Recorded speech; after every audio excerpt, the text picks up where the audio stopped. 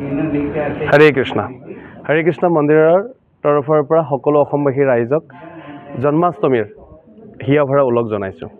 সকলোকে আমি হৰে কৃষ্ণ মন্দিৰলৈ নিমন্ত্ৰণ জনাইছোঁ আৰু 15, 16, 17 এই আগষ্ট তাৰিখে 15, 16, 17 আগষ্ট তাৰিখে শ্ৰীকৃষ্ণ জন্মাষ্টমী মহোৎসৱ পালন কৰা হ'ব, য'ত আজি আমি 1 পৰা 2 লাখৰ ভিতৰত আমি ভক্তক আদৰণিবলৈ আমি সাজু আৰু এই আদৰিবলৈ সাজু হওঁতে আমি বিভিন্ন ধৰণৰ ইয়াত আমি ব্যৱস্থা ৰাখিছোঁ।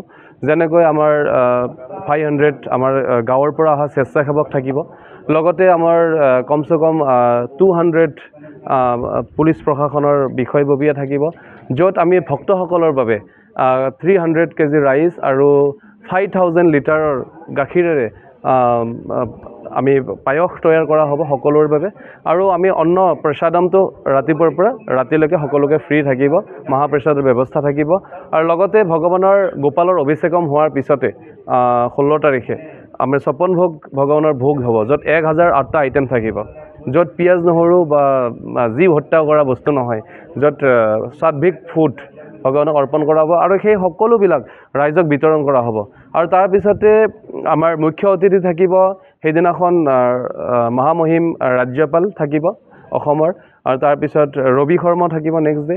আৰু এনেকৈ গোটেই ৰাইজ আমি জেনেৰেলি গোটেই ৰাইজক আমি মুখ্য অতিথি হিচাপে লওঁ, কাৰণ ৰাইজ সকলো ৰাইজে আধ্যাত্মিকভাৱে তেওঁলোক ওলাই আহে অসমৰ বিভিন্ন ঠাইৰ পৰা, আৰু তেওঁলোকক আমি আদৰিবলৈ আমি বিভিন্ন ধৰণে এনেকৈ আমি আয়োজন কৰোঁ। চ' সেয়েহে আমি সকলো অসমবাসী ৰাইজক আমি আহ্বান কৰিছোঁ, তেওঁলোক সকলোৱে আহক আৰু আধ্যাত্মিক অনুষ্ঠানত ভাগ লওক। আৰু মোৰ লগত সকলোৱে ক'ব হৰে কৃষ্ণ কৃষ্ণ কৃষ্ণ হৰে হৰে, হৰে ৰাম ৰাম ৰাম হৰে হৰে। আৰু সকলোৱে সুখী হওক এই মহামন্ত্ৰ জপ কৰি। চব স্বামী এই ভক্তসকলক আপ্যায়ন কৰিবলৈকে পায়স থাকিব, প্ৰসাদ থাকিব আৰু খাদ্যৰ ব্যৱস্থা থাকিব। এইবাৰ কেনেকৈ বনাব ইমান মানুহৰ খাদ্য? ইমান মানুহৰ খাদ্য আমি প্ৰতিদিনে যেনেকৈ আমি ইয়াত আমাৰ 5000 মানুহক প্ৰতিদিনে মহাপ্ৰসাদ দিওঁ হৰে কৃষ্ণ মন্দিৰ আৰু বি বৰুৱা কেঞ্চাৰ হস্পিটেল, GMCHত আৰু স্লাম এৰিয়াবিলাকত আমি ফ্ৰী প্ৰসাদ দিওঁ প্ৰতিদিনে। চ' সেয়েহে আমাৰ বিভিন্ন মেচিন থাকিব, য'ত মেচিনৰ দ্বাৰা আমি চব্জি কাটিঙে হওক বা বনোৱাত আমাৰ সুবিধা হয়। তো সেইকাৰণে আমাৰ মেন পাৱাৰ কম লাগে, আমি মেচিন বেছি ইউজ কৰোঁ। চ' সেইকাৰণে মেন পাৱাৰ 100ৰ ভিতৰত মেন পাৱাৰ থাকে। আৰু আমাৰ গোটেই ব্যৱস্থাৰ কাৰণে বিভিন্ন ভেজিটেবল কাটিঙৰ মেচিন থাকিব, কুকিঙৰ মেচিন থাকিব। তাৰ কাৰণে আমাৰ সোনকালে আমি তৈয়াৰ কৰিব পাৰোঁ।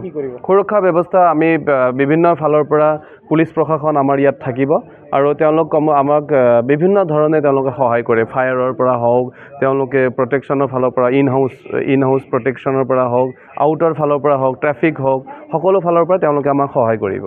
ভক্ত ক'ৰ পৰা আহিব? ভক্ত গোটেই অসমৰ পৰা, অসম বুলি নহয় বাহিৰৰ পৰাও ইয়াত আহে।